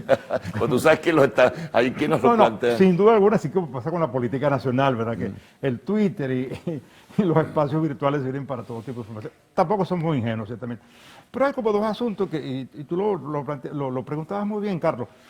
Un asunto es las obras de infraestructura y las otras, lo que tenemos que reclamar, que exigirle al gobierno con respecto al presupuesto, es decir, con respecto al presupuesto para el mantenimiento de estas mismas obras, para la vigilancia, para que estas obras tampoco sean afectadas por la delincuencia común. Ese es un asunto que tenemos que discutir con el gobierno y ojalá podemos discutir, se lo hemos planteado a la ministra, el problema de los sueldos y salarios del personal. Todo, no solamente los profesores, sino todo el personal. Pero eso es un asunto que tiene su espacio. El desarrollo de las actividades de la reparación, de la planta física es importante, pero tenemos otras cosas también que son de suyo relevantes para poder seguir avanzando. Y eso es el sueldo de los profesores, el sueldo de los empleados, el sueldo de los obreros, es decir, que realmente es muy limitado, es muy deprimente, es muy poco digno, para utilizar una expresión que es oficial. así como todo el presupuesto para el mantenimiento de estas mismas obras. Eso hay que discutirlo con el gobierno y la seguridad. Yo creo que debemos que discutirlo y ojalá podamos hacer una agenda. Se lo hemos planteado a la ministra Tibisay Jun, le hicimos un resumen, no solamente de la UCB, sino todo, para que estas cosas las podamos discutir en un plano de cordialidad, donde hay diferencias ciertamente, pero que podamos entenderlo y ojalá podamos hacerlo de esa forma. Ahora, hay un insumo que es el insumo para muchos, no el vital y definitivo, porque los profesores, los empleados, en fin, todos también son parte del insumo vital, los estudiantes. Se están incorporando, porque se sigue hablando de la estampida, de la diáspora, de que ya no es el mismo número, que hay poca motivación, que no hay elementos que lleven al estudiante a incorporarse incluso a la siempre deseada Universidad Central de Venezuela. Yo en eso sería inclusive, y las cifras son en ese objetivo, más allá de las aspiraciones y los deseos. Las pruebas de selección que hemos hecho nosotros y la que ha hecho la OCSU, indica que la UCB sigue teniendo una demanda alta, y no solamente nosotros, sino otras instituciones. ¿Por qué? Porque no todos los jóvenes pueden irse al exterior. La educación nuestra es buena, el esfuerzo que... No, y en facultades como medicina, ingeniería, arquitectura... Eso son sumamente costosas. Es decir, esta situación que tiene este país, ojalá podemos mantenerla, de poder formar médicos, incluso no importa su procedencia social, odontólogos, ingenieros, en fin, de todas las profesiones, y uno cuando viaja al exterior o hay un evento, los observa, los ve allí. Eso es muy propio de la universidad venezolana, que dice bien de nuestra universidad, no solamente de la UCB, sino de todo, y sigue cumpliendo una función muy importante como forma de ascenso social en el marco de una crisis tan terrible como la que tenemos. Sin embargo, allí hay esperanza. Yo creo que en la medida que nos formemos intelectualmente, tiene un joven cómo retar el futuro. Yo sé que decir esto suena a veces como a lo mejor pudiera demasiado ambicioso, demasiado positivo y esperanzador, pero hay que tener la esperanza según la cual la formación intelectual, la formación académica es básica, es esencial para un ser humano, y en este sentido la UCB, igual que el resto de las instituciones, lo está cumpliendo, a pesar de todas estas dificultades que hemos tenido, que las sufre el país, no solamente nosotros. Entonces, en ese sentido, los jóvenes siguen teniendo la aspiración de ingresar, en el caso concreto nuestro, la UCB. Los números no son malos para nosotros. Ha habido deserción, ciertamente, pero hay quienes también pugnan por ingresar a la institución. Sí, ahora, la deserción de profesores, que también es importantísimo, eso es otro insumo, como decíamos, vital en ese sentido. ¿Cómo sustituir a los que se han ido? Sí, eso es muy difícil porque tienes un personal que se formó, un personal que tiene años de experiencia, muchos de ellos con posgrado en el exterior.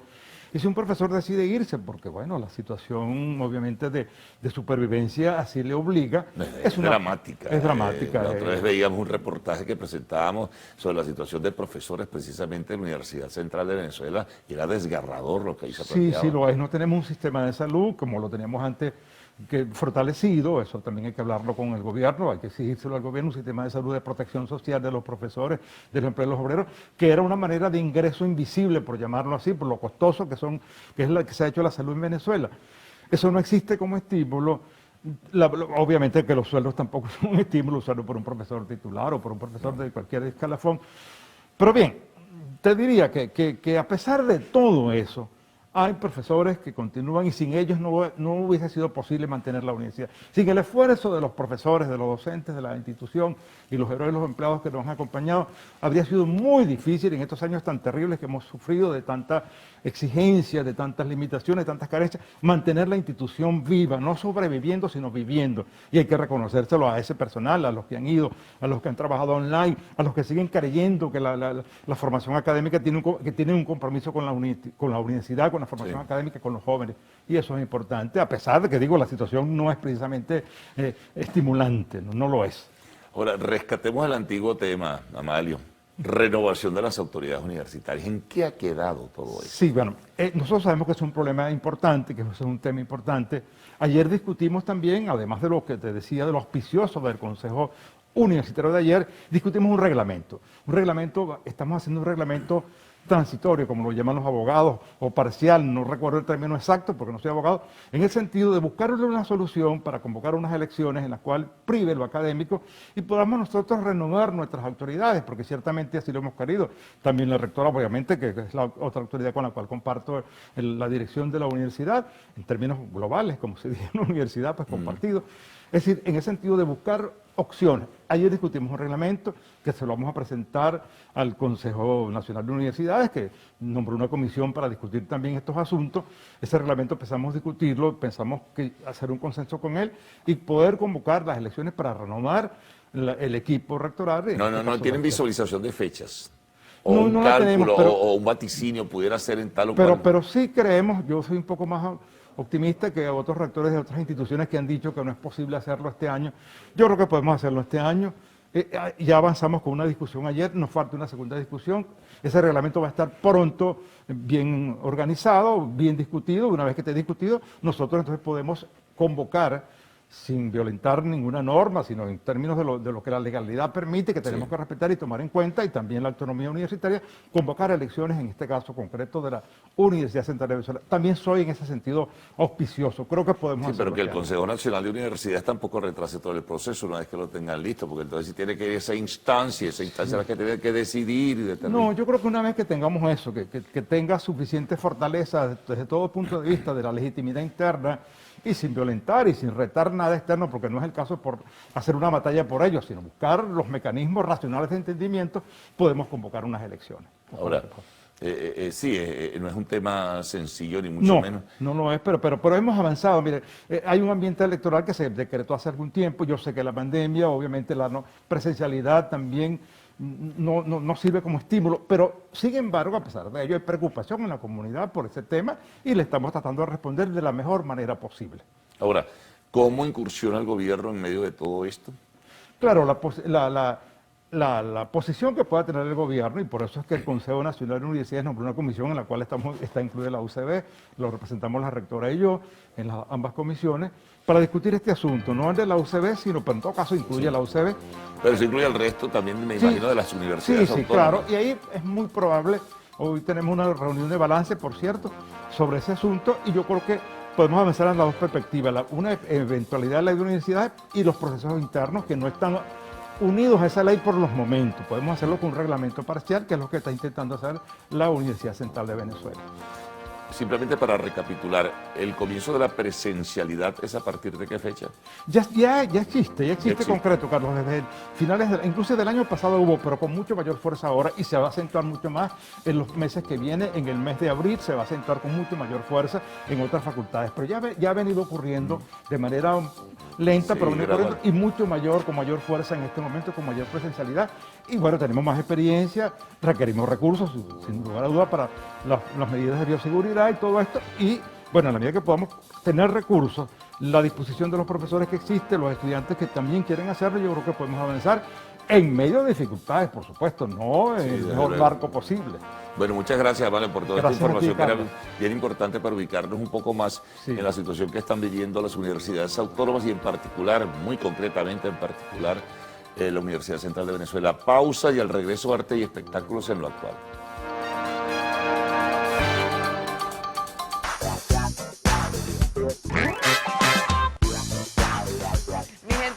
Muy buenos días para todos, yo soy Maite García, me presento para los que no me conocen y los voy a estar acompañando durante estos minutos haciendo un recorrido por las noticias del entretenimiento. Su interacción a través de las redes sociales nos encanta, por eso de una vez les dejo nuestras cuentas, @loactual en Twitter, @loactual_TV en Instagram y también mi cuenta personal @MaiteGarcíaG, donde estoy esperando sus mensajes. Si ya tienen ese cafecito en mano, pues vamos a dar inicio a las noticias de arte y espectáculo y les tengo que hablar sobre Top Gun, pues Maverick, de Tom Cruise, porque tras varios meses de retrasos, pues verá la luz en el Festival de Cannes, que se celebra este año en su 75 aniversario. Esta será la primera vez en 30 años que una película de Cruise pues se proyecte en Cannes. Luego de diversos atrasos, los últimos provocados fue por la pandemia de COVID-19, la esperada secuela protagonizada por Tom será presentada en este festival cinematográfico. Según lo informa The Hollywood Reporter, el pase de la cinta en Cannes no supondrá el estreno mundial de la película, ya que la premiere oficial de Top Gun Maverick pues está planeada para celebrarse en San Diego, donde se desarrolló la primera película y tendrá lugar antes de la proyección en la Croisette, y la fecha de estreno en cines del film está fijada para finales de mayo. Ahora, con más noticias sobre cantantes, les tengo que contar que las iniciativas a favor de Ucrania se multiplican en la industria de la música, y es que Madonna, Sting y The Cure Twitter, pues se suman a la lista de famosos que condenan la guerra. Ojalá esta guerra, este conflicto pueda terminar pronto y solo tengamos paz en esos países como Rusia, también como Ucrania y todos los que en el mundo en este momento se encuentran en algún conflicto. Pero tenemos que cambiar de tema para comentarles sobre la esposa del príncipe Harry, porque fue acusada de difamación e información falsa por su hermana Samantha. La hermana de Meghan pues se mostró muy enfadada con lo que dijo la duquesa durante la entrevista realizada por Oprah Winfrey, donde los duques de Sussex compartieron diferentes momentos íntimos de la vida del hijo de Lady Di y su esposa. A pesar de que en esta entrevista estamos viendo a esa Ellen DeGeneres, dejó mucho de qué hablar. Sin embargo, no todos estuvieron conformes con lo dicho en aquel momento por la empresaria y actriz. Según informó el portal de noticias TMZ, Samantha Markle pues interpuso una denuncia por difamación y dar información falsa acerca de su pasado antes de ser la duquesa de Sussex, mostrándose muy enfadada con lo que dijo Meghan durante la entrevista, y aseguró que su infancia horrorosa, como ella dice, no fue tal y como quiere que se conozca, por lo que Samantha admite que los dichos de Meghan le fueron de gran impedimento para su desarrollo, afectando las ventas de su autobiografía, impidiéndole conseguir trabajo. Además, le causaron angustia emocional y también mental. Y con estas informaciones, mi gente actual, finalizamos por la mañana de hoy. De igual manera, recuerden sintonizar las emisiones Meridiana y Estelar de su noticiero Televen, seguirnos a través de las redes sociales. Los dejo con mis compañeros del noticiero y ya me integro. Así es. Bueno, concluimos esta emisión del noticiero de Televen. Les vamos a dejar nuestras cuentas en Twitter, @el_noticiero, nuestra cuenta en Instagram, @el_noticiero Televen, para que sigan minuto a minuto lo que ocurre dentro y fuera del país. Y no olviden, pues si acaso quieren ver la emisión completa, que tienen nuestro canal en YouTube Televen TV. Recuerde aplicar en todo momento las medidas de bioseguridad, uso del tapabocas, lavado de manos y distanciamiento social. Si llega usted a presentar algún síntoma asociado al COVID-19, acuda de manera inmediata a los centros de salud. Recuerde que la atención temprana es vital para preservar su salud. Llegamos entonces, amigos, al final y como corresponde nos colocamos nuestro tapabocas. Será hasta el lunes a las 6 de la mañana después del himno nacional. Que tengan buen fin de semana.